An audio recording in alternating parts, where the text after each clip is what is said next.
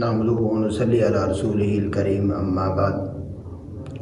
فاعوذ باللہ من الشیطان الرجیم بسم اللہ الرحمن الرحیم وما ابرئ نفسی ان النفس لامارۃ بالسوء۔ آج ہم نے نماز تراویح میں 13ویں پارے کی تلاوت کی ہے۔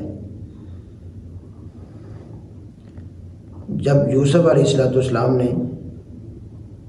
بادشاہ کے خواب کی تعبیر بتلائی اور اس کے بعد یہ شرط بھی لگائی کہ مصر کی جو خواتین ہیں انہوں نے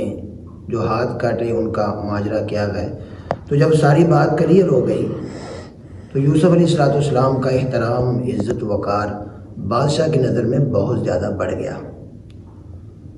تو اس کے بعد یوسف علیہ السلام نے فرمایا کہ وما ابرئ نفسی ان النفس لامارۃ بالسوء،